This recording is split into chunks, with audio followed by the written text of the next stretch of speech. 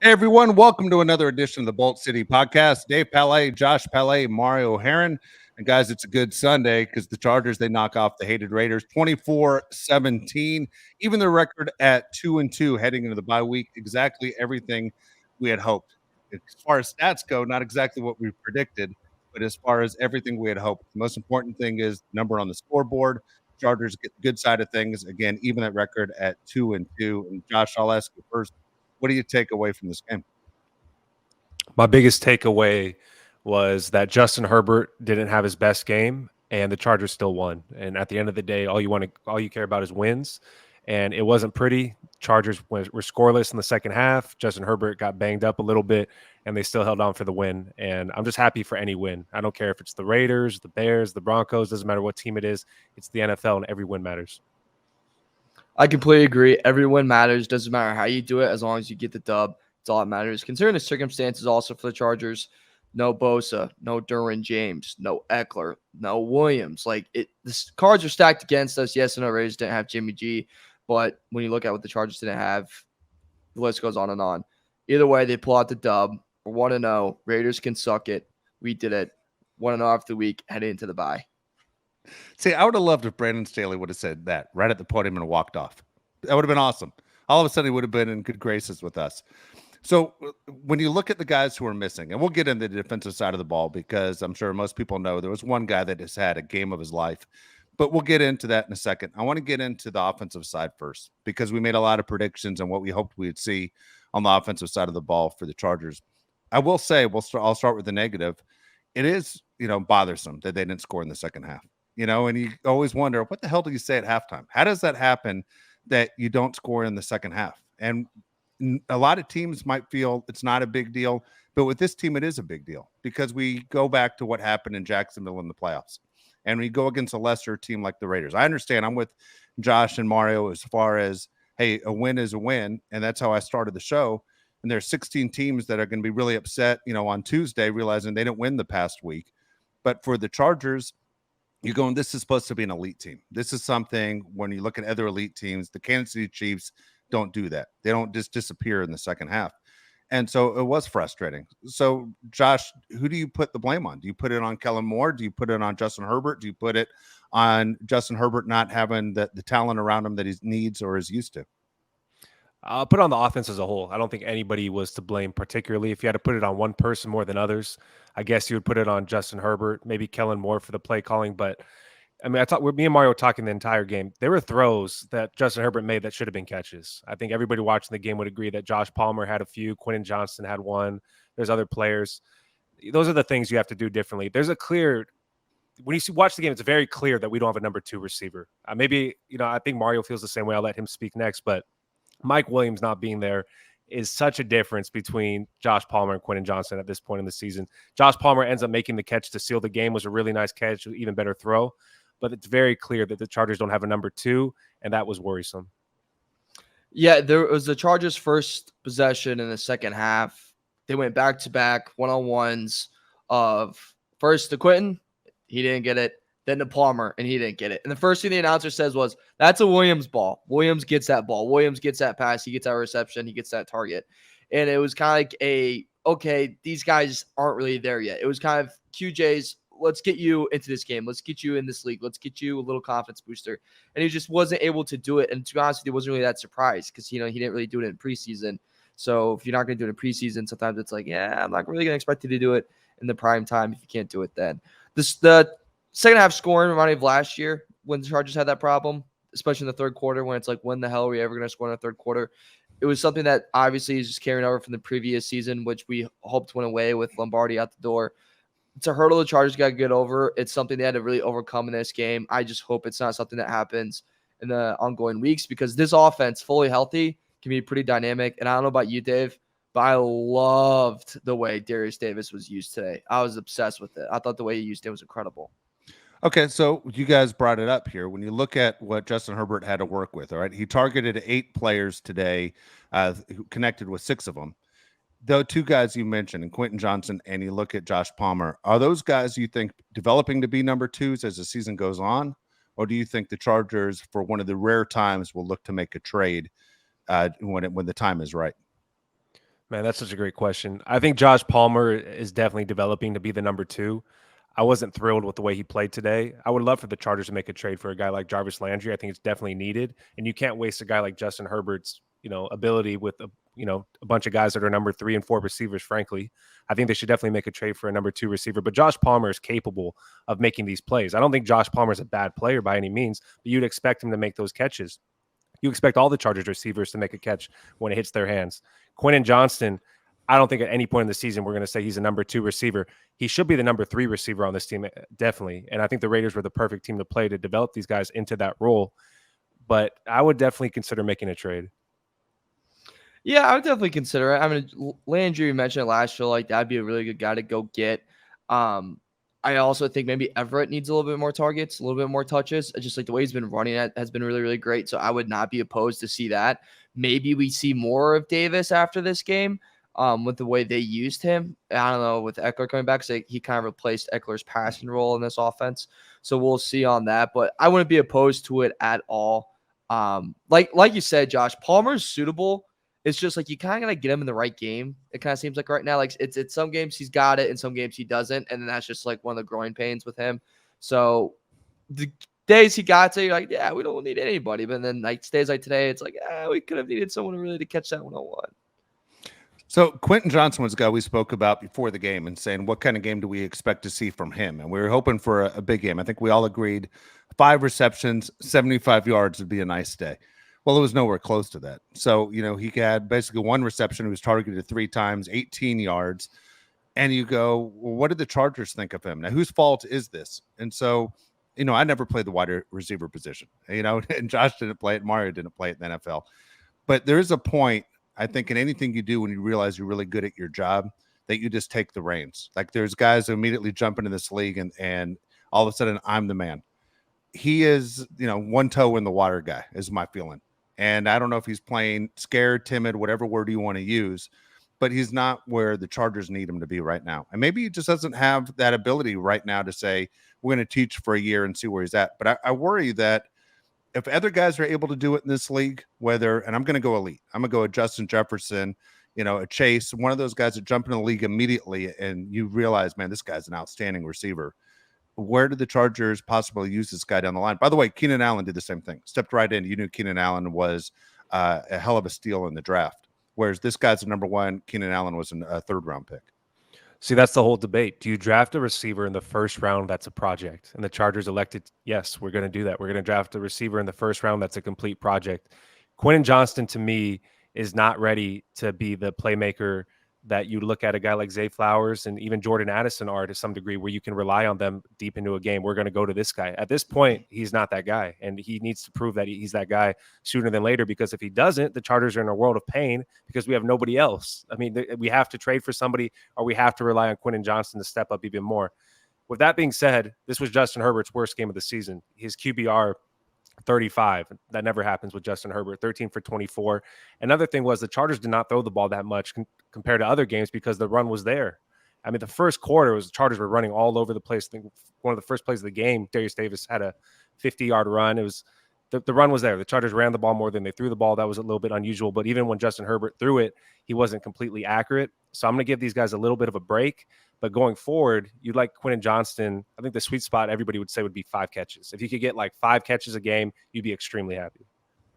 I think the thing with Johnston too is they kind of got him and going, all right, these guys are projects, but by the time he's kind of ready, it's going to be a lineup perfectly for when Keenan's, almost out the door, when Mike's kind of out the door. The problem with that is that the guys that you have right now that are ready, if you just look at their history the past year and a half, it's like, hey, these guys tend to get banged up a little bit. So that project that you have can't be a project anymore. Like he's got to be in the bright lights. Like he has to do it. It's a common thing you kind of see in the NBA when they're like, why did this player progress further than the guy on the Warriors? Like, well, this guy on the Warriors had to play big minutes right away, and he just wasn't ready for it. Well, the guy on the Rockets is shooting 40 shots a game and doesn't care if it goes in and out, air ball or what, he can still do it. So it's just one of those things. It's like if it's a guy's project, it's a little bit of a rush.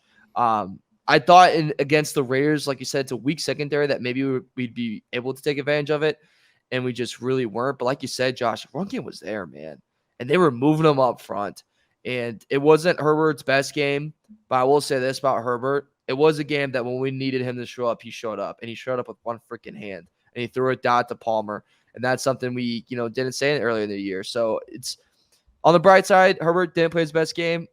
I mean, on the not bright side, didn't play his best game. On the bright side, when we needed him, boom, did he show up. All right, so we spoke about this as far as Herbert using his legs. How do you like what the Chargers did with Herbert and his ability to basically score with his legs?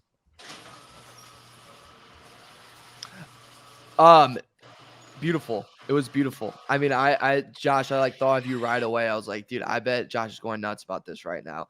The way he was able to move out of the pocket and the way he kind of put his body on a line too, I believe for that 3rd and 7, 3rd and 8. It was beautiful. And you could tell right away, it was open. I mean, there was so much green. The Raiders weren't even ready for it. They weren't even preparing for it. They didn't even see it freaking coming. So I loved it. And Josh, I bet you were going nuts the whole time going, this is exactly what I've been looking for. I was, you know me. I loved it. He had, geez, I'm gonna look at the box score. Do you guys know how many carries he had? I think it was the most 12. he ever had. 12. I mean, I looked it up before the show. 9 was the most he ever had in a game before that, and 12 is so unusual. It was so effective. It was so effective. Every time he seemed to run, he picked up yardage, and it was great to see. We always talk about Patrick Mahomes. I was watching the Sunday Night Football game right now. He's done it 3 or 4 times. He's picked up the yardage they needed because he used his legs. Justin Herbert has that ability, and he's much faster than Patrick Mahomes. Patrick Mahomes is just a little bit more elusive, probably. But Justin Herbert using his legs is something you cannot prepare for if you're the other team. You don't know when he's going to do it. And then Darius Davis is the other guy you don't know what to do with. When the Chargers had Darren Sproles, they would use him on those jet sweeps and those dink and dunks, and you didn't know how to prepare for him. If the Chargers can use Darius Davis the way they did today and the way Justin Herbert used his legs, it's a whole other factor to the Chargers offense that people do not want to deal with. So here's the deal with the Chargers. When the schedule came out, we were upset about where the bye week was, right? We're going week 5. What the hell? Well, this couldn't come at a better time. I mean, we don't know what it's going to be the rest of the season, but let's worry about week by week. The Chargers are banged up. And when you saw what was happening, when guys you realized weren't going to play this week, you're going, oh my God, another one. And you're going, DJ Khaled, right? Another one.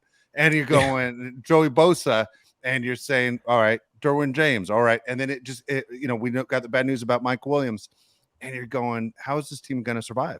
And the one that surprised me, because I'm not surprised about Bosa or James, we've seen these guys miss games, was Eckler. I thought for sure Eckler was coming back this week. And if he needs the bye week plus this week, it worked out. They got a win today. But I was a little disappointed, a little, upset, saying, man, I thought this injury was less than what it is. Obviously, we're going to give him the benefit of the doubt right here. It's more than what it is. So can Eckler come back against the Dallas Cowboys, a much better team than the Raiders, and perform? Can this team be closer to full strength than what they were today? 100%. And I expect Austin Eckler to be near 100% when he comes back after the bye week. They said during practice this past week, he looked almost 100%, or he was moving around like you really couldn't tell he was injured. I expect him to come back at least 90% when he comes back after the bye week. The Chargers offense, I'm sorry, Mario, I'm going to ask you right now, it's just not the same without him, right? Even when they had the run with Joshua Kelly, you're like, this is just not the same offense.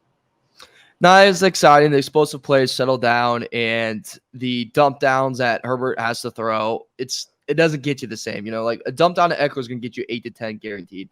Dunk down to anyone else is like 4 to 5 yards, and you're happy with that. That's a cherry on top of it.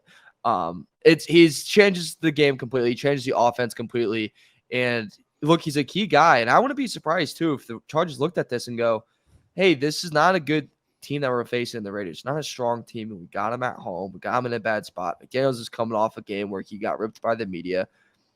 Well, the Cowboys look good. The Cowboys got arguably the best defense in the league. We're going to need you for that game. We're going to need you in every single snap at every single possibility as we can, because we need to win that one to really make a statement, versus this is one where we're more talented.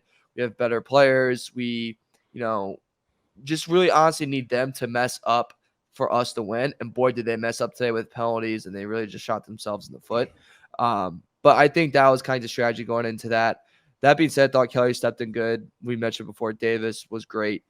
Also, Mack Daddy, the Raiders can go ahead and call him on Father's Day and say Happy Father's Day. I mean, my Lord, did he ruin their day. So, Dave, did you just start feeling bad for good old AOC? Because he probably had the worst day of today. Okay, so we talk about injuries. Obviously, when a team loses their quarterback, that's always going to be the biggest injury. So Jimmy G unavailable, AOC steps in, and I wanted to see AOC. When we're hearing who the quarterback's going to be, I was hoping the Raiders were going to play him because it was a running joke on this show. Not that he couldn't play, just the AOC. So Khalil Mack, we all know the story. The guy's, Mr. Raider. The guy makes, all pro at two different positions. Really one of the best players in Raider history while he was there. All of a sudden, the Raiders shocked the world and traded him to the Chicago Bears. That's going to stick with him forever. When he retires, he's going to be that guy that you're still going to see people, that's him. He's going to be at Raider games. He's going to be like Charles Woodson. You're going to see Khalil Mack in the 52 jerseys. The fact that he had 6 sacks against his old team, it couldn't happen at a better time. If you asked him, and I don't know him, if you asked him and say, you pick one team in the NFL that you have a day like you did today, he'd pick the Raiders because he was disrespected. He couldn't believe they threw him away. So it was, if you're a Raider fan, you had to be dying watching the game today. If you're Khalil Mack, you have to be on cloud nine. Not only do you get a win, but you signed, he's defensive player of the week, without a doubt. Who gets 6 sacks in one game? That's absolutely insane numbers. So I was extremely happy for him. I'm always a payback guy. So I was extremely happy to see Khalil Mack have the day of his life today. I don't have words for Khalil Mack. That was one of the more impressive things I've ever seen as a Charger fan. I was watching the game with my buddy, and we were just looking at each other with the 4th sack. We're like, dude, is this really happening right now? Like, you could not block him. It was the best game I've ever seen from a Charger defensive player, maybe ever. That and the Antonio Cromartie game against Peyton Manning. Those are the 2 best defensive performances I've ever seen from a Charger. He was awesome. That was Khalil Mack in his prime times 100. He was so great to watch. I loved him and Thule attacking the quarterback. Thule and Mack today were so fun to watch. I can't say the same about Michael Davis. We're going to talk about that in a second. But Khalil Mack, dude, he put the team on his shoulders, and it was awesome. Carried the defense. I think no doubt about it. The most beautiful sack was literally Thule goes through, takes on both, and then he comes right underneath. And I was like, that was beautiful. I shedded a tear. I was like, that's gorgeous. We're going to get that all year long. Put him and Thule on the same side. That can be really, really dangerous throughout the year. And then put Bosa on the other. Now you're talking about a very, very serious D-line that's going to cause a lot of damage. I literally thought it was a difference between us winning this game and losing this game. Every single time that they needed to play, they needed them to pause momentum, they did it, and it was huge. You look at when the the Chargers go on their first drive, it was like a 3-and-out, and I was like, okay, momentum might really, really shift. And Raiders are driving. Boom, Mack sack. There goes a field goal by the Raiders. They can't do anything. It's like gorgeous. This is beautiful. Keep this going. And it's one of those things where it's like it was vintage Mack, and it kind of takes you back like, wow, this is what a elite pass rusher can do to a game. It can completely change the game. It can completely take you out. It was like a TJ Watt type of performance where you're like, this guy is single-handedly keeping us in this game, and it's just remarkable to watch. No, absolutely incredible. So when you look at the final score, did it feel like a 24-17 margin, or did it feel closer? Did it feel more of an ass kicking than the score shows? Man, I'll be honest with you. I was really upset at one point during this game because I thought the Chargers were going to blow it. The offense was not moving the ball. When they were moving, you said a second ago, what do they say at halftime? Because in the first half, the Chargers could do whatever they wanted. 24 points in the first half. You're thinking, oh my God, they're definitely going to score 40. And then second half, they just completely stall. And I was getting really upset thinking if they blow this game, this is going to be that one game you look back at if you missed the playoffs by a game and say we completely had that and we blew it. We're going against a rookie quarterback, for God's sakes. You can't blow it to a rookie quarterback in your home stadium. I was getting really upset thinking this is going to be that game. And the Chargers hold on, and Brandon Staley goes for it again, and we don't get it again. And everything was pointing towards this being a disaster, but the Chargers hold on. The score does reflect, in my opinion, how it was, because the Chargers went scoreless in the second half, and the game ended up being close. That's what happens when you go scoreless second half. But at the end of halftime, you were thinking, oh my God, the Chargers are going to win by 3 touchdowns. When it was halftime, it was 24-7. I was like, what a message that's going to be sent to the AFC West if they put up 50 on them. That was my literally thing. I was texting with Jason Lockenfora, who had the team total over. I believe it was at like 27, and it was at 24. That's a bad beat. That sucks. Sorry for all those bettors. But like that, I literally thought I was like, they're going to put a 50 burger on the Raiders, and they're going to pour it on them. And it's going to be a message to AFC West going, hey, we're here. you gotta worry about us. Broncos, you should be scared. Chiefs were on your level. Like, it was gonna be a big message. And then it came out in the second half, and it was just like, we're playing not to lose, not playing to win. And you're like, why are we doing this? Like, why is this happening again? You gotta play to win. And Josh, you mentioned the 4th and 1 again. Why go on a QB sneak with a quarterback that probably has a broken finger? Why are we doing that? Like, why? Don't do that. Don't do that. So stupid. The reason why it worked on the first, third or fourth and goal, whatever it was, is because he literally jumped over and put his hands over with the ball. You can't do that with a broken freaking finger. They're just going to smack the freaking ball or put the helmet on the finger, and it's going to snap back to, I don't know, the moon and off his hand. Like, it's not a good idea. So it's just, that irked me so bad. And I'm like, why are we doing this to the quarterback that's currently not healthy? Like, put the running back in there, then you go push. Do a tight end. I saw that today. Like, do that and not your injured QB. That's what sent me. But the Chargers somehow survived it. And thank the Lord they faced a rookie quarterback in that situation. Because if you do that to Mahomes, sure, you even do that to Russell Wilson, that's a different story. Just thinking all of a sudden, we were trying to do our game predictions on the final score. I think Josh and I both nailed the Raiders score. We missed the Chargers score, but we both, I think, had 17. I think I had 38-17. I think Josh had like 31-17 or something. But I think we nailed the Raiders score. Yeah, I would have liked to have seen a different showing. I mean, I'm not going to change from the way we started the show that, the win's the most important thing. So through 4 games, what did they always say? The NFL season's broken up into quarters. So this is the end of the first quarter, basically, for the Chargers. And you're looking at, a 500 team, basically, that's riding a winning streak right now. So that being said, you look inside your division. Remember, after week 1, there was one team in first place. That was the Raiders. The Raiders have now lost 3 in a row. We spoke about this going into the Vikings game, how dangerous it is to lose 3 in a row, what it does to the locker room, what it does to the mindset of a team. And for the Raiders to now lose 3 in a row, we already know that the fans that are Raider fans can't stand their coach. They blame him for the things that aren't going well.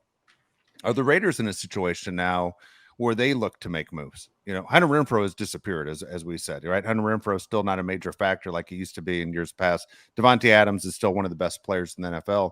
Josh Jacobs looks like he's just playing out the season. And the way he's playing out the season, I understand he had 8 receptions today, but Josh Jacobs is looking for that big contract. He's not playing like a guy that deserves a giant contract. So when you look inside our division and you go, okay, here's the Raiders, here's the Broncos, both in the last place with 1 win.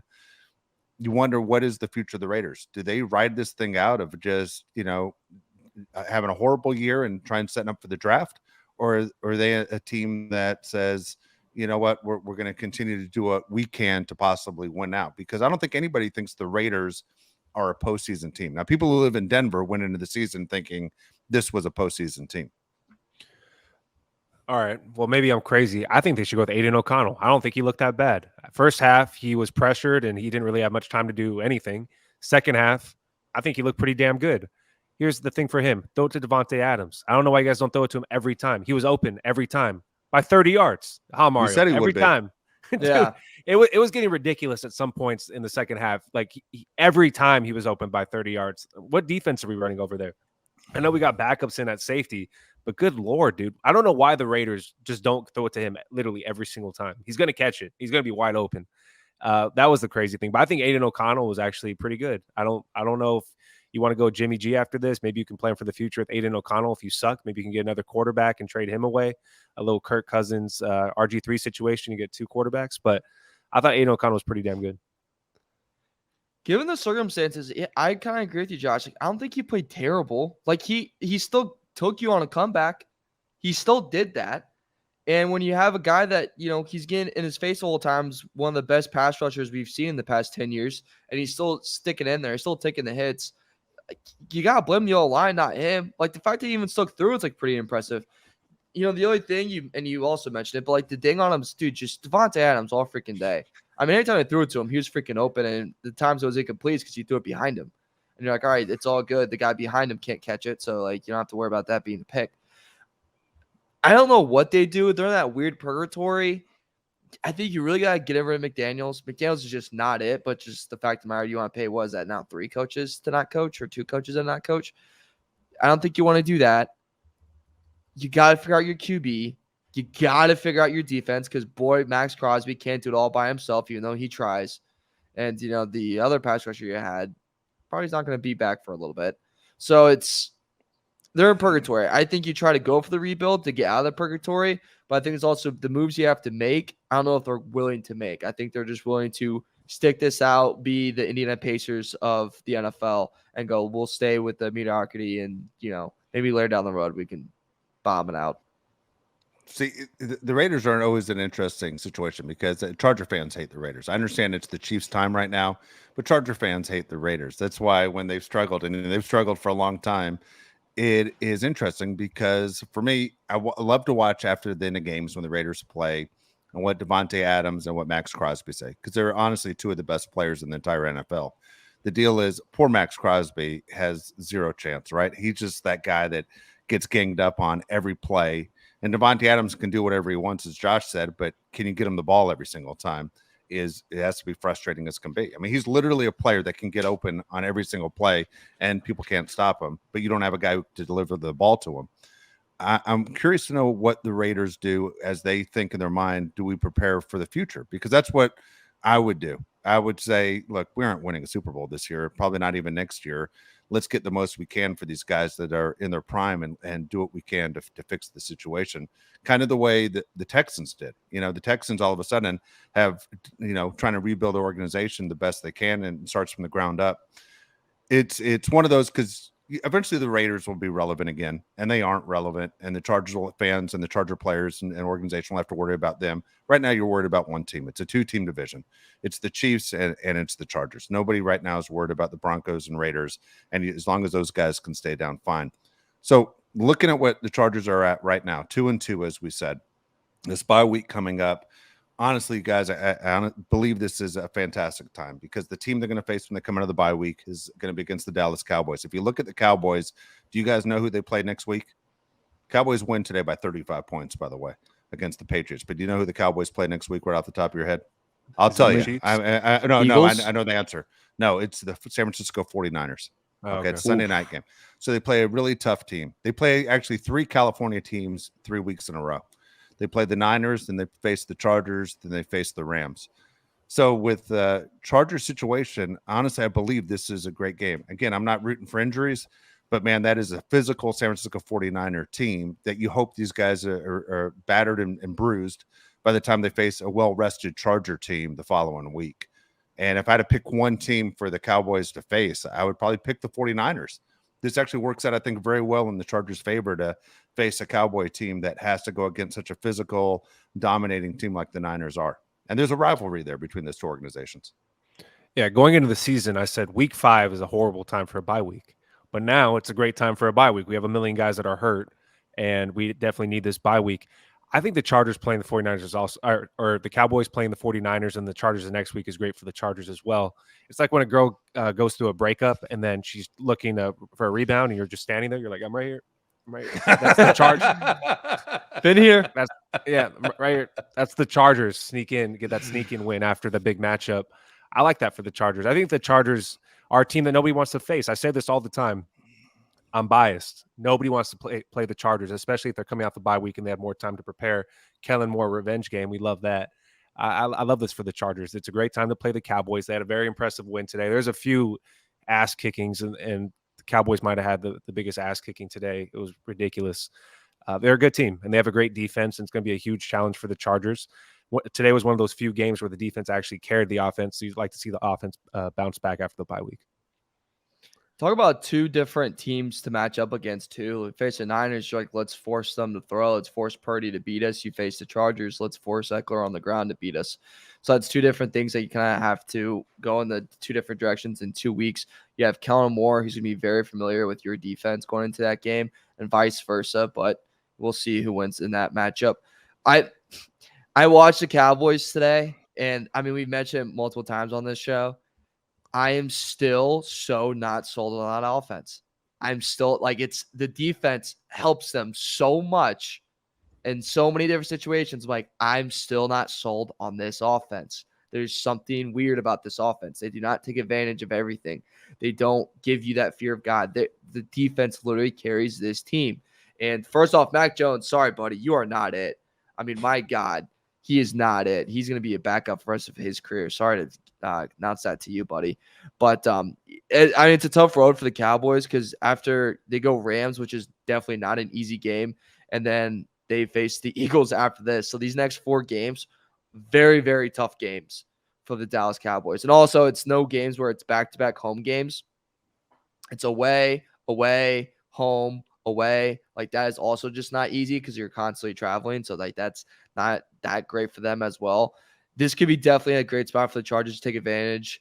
This could be definitely a great spot for Chargers to put themselves on the map because we all know when you beat the Dallas Cowboys, you're first in the time slot the next morning. You're first in the afternoon slot the next day. That's just how it is. That works with them. Big time to send a message, and hopefully we're fully healthy and ready for that game. Yeah, I think it's going to work out really well for the Chargers. I want to see, and for Kellen Moore, he has something up his sleeve. We're going to see a couple plays, I think, that we haven't seen before. This is a revenge game. I love revenge stuff. As I said, payback that they made a mistake, meaning the Dallas Cowboys, when it came time to Kellen Moore's going to take the heat for the team falling short. I'm excited about it, guys. I mean, here we are. We're 4 weeks in. Whereas I hoping they'd be better than 2-2, yes, but seeing the way the games have gone. Am I relieved they're 2-2? I'm very much excited that they're 2-2. I never thought I'd be excited about a 500 team, but the way it's gone the last 2 weeks and the fact they figured out a way to win tight games when we've seen at times where they've fallen apart. I'm fine with where this Charger team is at. This bye week, I think, helps them get ready for the rest of the season. And again, we hope the guys can get healthy, not only for the game against the Cowboys, but also, cross your fingers, they're healthy for the rest of the year. Yeah, I'm super happy the Chargers are 2-2, especially dropping the first 2 games. Still should have beat the Titans and the Dolphins, but it's all right. We're 2-2. Michael Davis, Mario, is not it. As you said about Mac Jones, he's just not it. The game plan for every team is to throw it right at Michael Davis because he's going to give it up. And the Chargers can't win if Michael Davis is on the field, frankly. I don't know what they do. J.C. Jackson, he needs to be in. Somebody needs to be in because Michael Davis is not getting it done. Are you concerned about Michael Davis's play, or do you think he's going to improve? A part of me is really holding on to what we saw second half of the season from him. Part of me is like really, really hanging on to that. It dwindles. It does get low. It got a little bit low today when he got a quick penalty. I go, we're not doing this today, Michael. We are not doing this today. Let's not rack up the penalties. I even tweeted out there, I was like, dude, if you put an over-under on penalties for Michael Davis, I would smack you over every single day of the week. I'd be able to build a college fund for my future kids with it. But there's moments where like you saw flashes where I'm like, okay, he was like run on Adams. Like that was good defense. And then there's other times where I'm like, I mean, I know he's a top receiver in the league, but buddy, you gotta be closer near him. Like you come on. And it is a worry. It is one of those things where it's like in a schedule where, all right, we do have CeeDee Lamb coming up. Oh, yeah, we do have Patrick Mahomes coming up. You want your secondary pretty strong. And, I mean, I guess the nice thing about it is maybe he can, like, I don't know, have a great game against the Bears. He may get a couple picks in the Bears, get his confidence back, and then maybe he swings back around. But I don't know about you, Dave. Like, are you pretty nervous about the secondary? Very much so. It was coming into the season. And I think that's where you're going to get beat when you play in the playoffs. That's what worries me the most. You go against the best quarterbacks in the league during the postseason. And so can this Charger secondary hold their own? And if they can't, that's why it's important to me for the offense to score so many points. Like hate to say it, it's kind of like the old Charger teams that didn't win Super Bowls, but you knew the offense was going to score a ton of points. That's what is frustrating and really head scratching, that you wonder, how do you go over against a lesser team like the Raiders today in the second half? And the attitude of thinking we're just going to outscore opponents, I know sounds kind of crazy, and maybe that sounds ridiculous to anyone who just heard that sentence, because, well, dude, the team with the most points wins. You got to hold the other team in the biggest, most crucial points of the game. In the last 5 minutes of the game, you got to be able to stop drives. And can the Chargers stop drives against teams like the Dolphins, like teams like the Bengals and the Chiefs and the Bills and teams you might face in the postseason that you're worried about? Can they stop enough teams in the last 5 minutes to basically get a win and move on? Because right now that secondary is scary. Chargers started a ton of backups on defense today. Raheem Lane, Jasir Taylor, he plays a lot, but he's definitely not one of our top, players on defense. And you have Dean Marlowe. So the Chargers didn't have their best secondary out there today, and they still played better than usual, which is weird. Maybe contribute to AOC playing, or I don't know. They played pretty good for what they were supposed to do. You can't expect a lot out of these guys. You expect more out of the guys that are starters like Derwin James and Gilman, but they obviously weren't out there today. It's extremely concerning. Last year, the defensive line stopping the run was the biggest concern. Hasn't been terrible so far. Hasn't been great. Hasn't been terrible, but the pass defense to me is really worrisome, man. If we're not getting to the quarterback and we're letting him sit back there, guys are open by 30 yards. Like today with Devontae Adams. I know he's an outlier because he's right there as the best receiver in the league. But, dude, we're not even close to these receivers. Shout out to Asante Samuel for ending the game on the pick. That was awesome. But there's a lot of times in this game where you're wondering, how are we not even remotely close to the receivers? Even Hunter Renfrow, there's a few times wide open. Jacoby Myers, wide open. There's one catch Jacoby Myers had, and I know it was an offensive PI. Dude, he snags it like Odell from 3 guys. It's like, holy hell. Like, what are we doing? I'm very concerned that we don't make plays on the defensive secondary. We rarely ever get, the big plays like the interceptions. Today is Asante Samuel Jr., but very rarely do you need a play and somebody's getting a pass deflection or an interception. It's concerning, man. It's extremely concerning. That gave me nightmares to week 1. When they do that deep ball, I was like, oh my God, this is this all over again. It's right before halftime. JC Jackson gets a penalty. I was like literally thinking that. I'm like, this is like the vibes we're getting from that. I was like, here we freaking go. Yeah, there's definitely moments. And you see the frustration every time McDaniels, because he would just be ripping AOC as he coming off the field. Because he's like, dude, there's people open. And, he might not be able to hit that as a guy getting his first start that probably knew that he was starting as of Friday, maybe Saturday, or even freaking this morning. Dak Prescott's going to make that throw. He's going to make that decision. Patrick Mahomes is going to make that decision. Jordan Love is going to make that decision. Jared Goff, Lamar Jackson, not Mac Jones. That's good. Russell Wilson will even do that.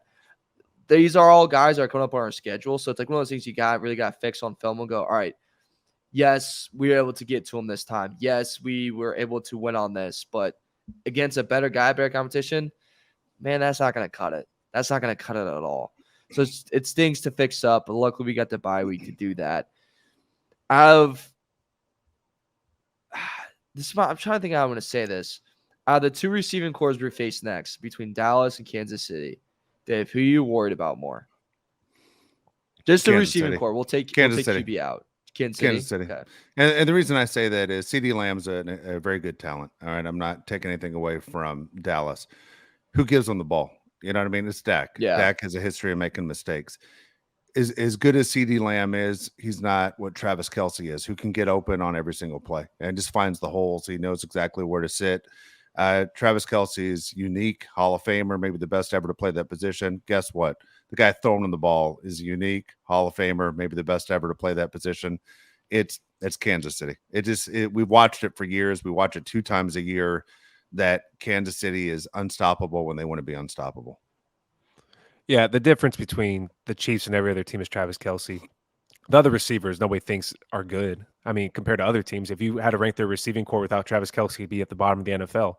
Patrick Mahomes throws guys open so often. It's unbelievable. It's really unbelievable. The one thing I'm going to look forward to with that Chiefs matchup, though, is Staley, another guy that can get to the quarterback. Chris Rumpf had some plays today where you're like, dude, this guy can play. That's going to be a difference between this year and the years past. Chargers have had trouble getting to Patrick Mahomes. We have 4 guys if Joey Bosa plays that I think can provide some pressure.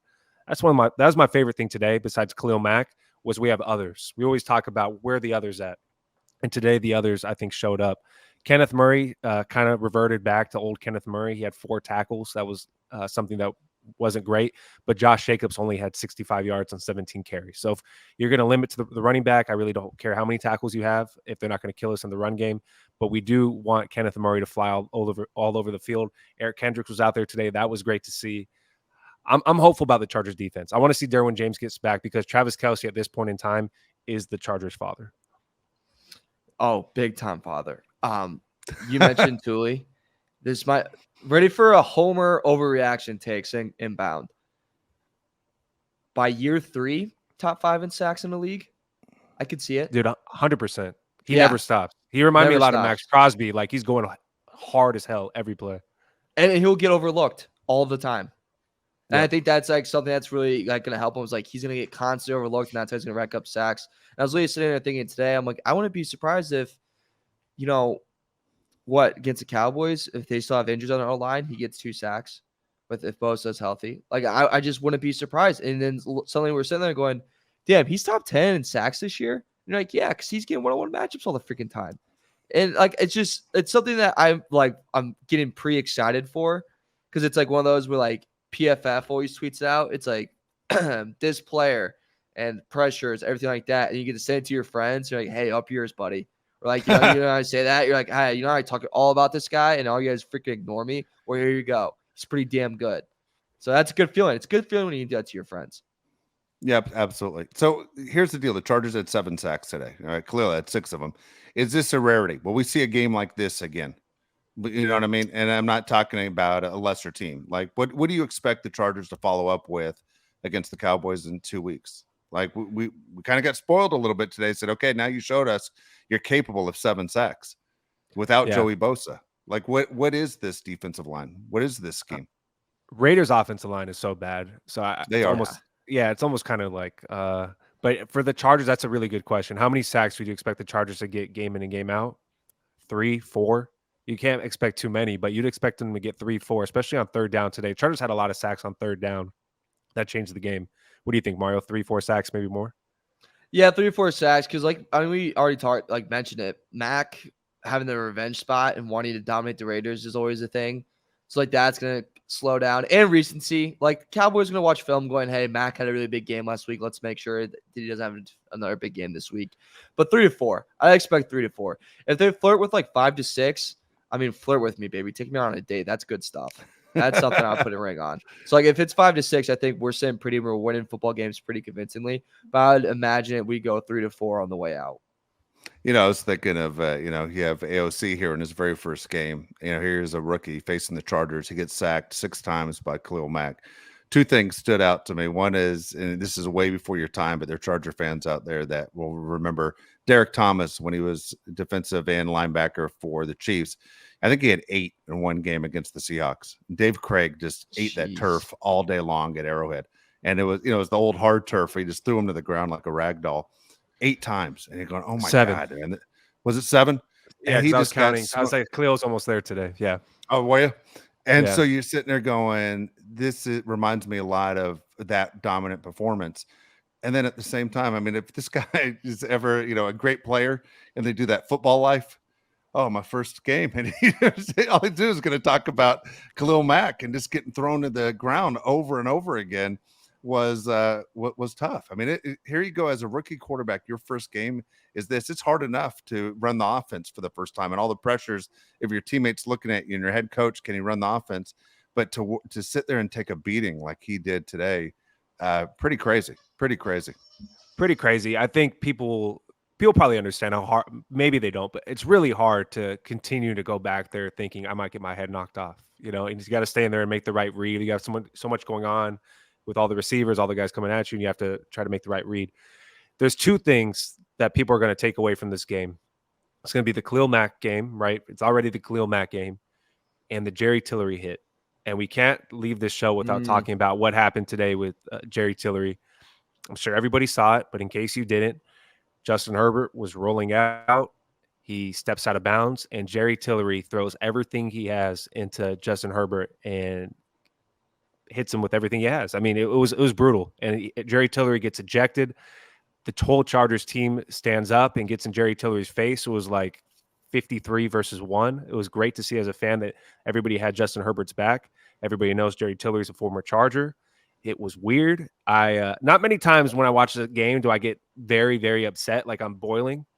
And that was one of those times where I got really pissed off, thinking our quarterback, our franchise is right there, steps out of bounds, and the guy throws everything he has to hurt him. And it was completely BS. Felt personal. Yeah. Did not feel personal. Was. Yeah. It was so late. It was at the Chargers sideline. It was the QB that just got extended. It is a franchise QB, and you came in and very late, and you know what you did. Like, you know what you did. And you popped him hard, and you were trying to send a message. And I agree with you, Josh. Nothing made me happier than seeing that Charger team sprint to him. I mean, they sprinted to him. Also, there were some punches thrown that I'm so glad they didn't throw a flag for, but I definitely saw it. One, love the heart, but I'm just going to say this, maybe a hot take. A fist to the helmet, you're hurting the fist more than the head. But I like where your head's at, though. Like, it's good stuff. Keep the heart. It was a bullcrap hit. It was a bullcrap everything. Happy you got ejected because he deserves that. Tillery, screw you, man. That's a cheap shot. It's a physical game. You have the whole play to make a hit, make a big hit. And you choose to do it when a guy's going out of bounds. That's defenseless. You're a coward for that. There's no room in the game for that. You deserve to be kicked out. You deserve to be suspended. And you deserve to get hit in the back with the fist to the helmets. Even if it didn't hurt you, you deserved it, buddy. Well, we all know what it's for, right? Because he underperformed when he was a Charger. Yeah. It was an embarrassment. He was an embarrassment of a draft pick. It was an embarrassment of a player. It was an embarrassment of his Charger. And what? Because you couldn't play up to what your contract and what was expected of you. That's how you're going to take things out. It was a coward way of doing it. He's a coward, man. I love the fact, as Josh said, the Chargers jumped right in. It shows you where the team is at as far as having each other's backs. Now, you have major problems if they don't jump in. But the fact that every single guy was like, all right, that's our guy. That's our teammate. He's wearing our uniform. It shows you that that locker room's in good standing. The locker room's in good standing, and you can see the Chargers made the right decision by getting rid of that guy. There's no room for that on your team. What school did he go to? Notre Dame, of course. Shocked. Yeah. Did he really? I was Yeah. trying. I wanted to say Clemson. Nope. No. Either way, Clemson guys do the same thing. But here's the deal. Not surprised. Punk. Yeah, I mean the Raiders. It's the most Raider thing, right? To do something like that. You get rid of Chandler Jones because God knows what's going on over there. Yeah, Jerry Tillery knocking guys' heads off. Max Crosby's the only guy on the defense that does anything, and I'm just happy I'm not a Raider fan. Let's just leave it at that. The Chargers, I'm so happy they don't have guys like Jerry Tillery on the team because he's a punk. And you said it, Mario. He's a coward. I said it. We all said it. So, yeah, he's a coward. All right, look, when we come back in a couple days, I want to go over a couple things. I want to look at the schedule after the bye week because we all made predictions on where we thought the Chargers would be. We'll look back where we were the first 4 games, but also what we think is going to happen. But we also have a special guest who will join us as well in our next show and give us some insight of what's going on. A guy that's around the team every single day. What's going on with Jerry Tillery's going to join us. And then we'll bring in Chandler Jones on Thursday. It's going to be an awesome week. Make sure you tune in. I heard Chandler Jones is now accusing Josh of killing Adrian Hernandez. Somehow he organized the whole thing. His But brother, Adrian? we'll talk about everything, of course, this week. But again, the Chargers even everything up, guys, at 2-2. They win today. Big win. It's always a big win against the Raiders, 24-17. Go ahead, Mario. Someone dominated Vegas this week. I don't think. Do you want to know now? Well, I hope that someone's you because you're the one that actually puts money on it. Who is it? No, it was not me. Vegas won this week, but we'll get him next time. Dave, you're dancing on him. Wow, 2 weeks in a row. Yeah. Nice. Like you so far, you've only gotten 2 wrong. 3 wrong.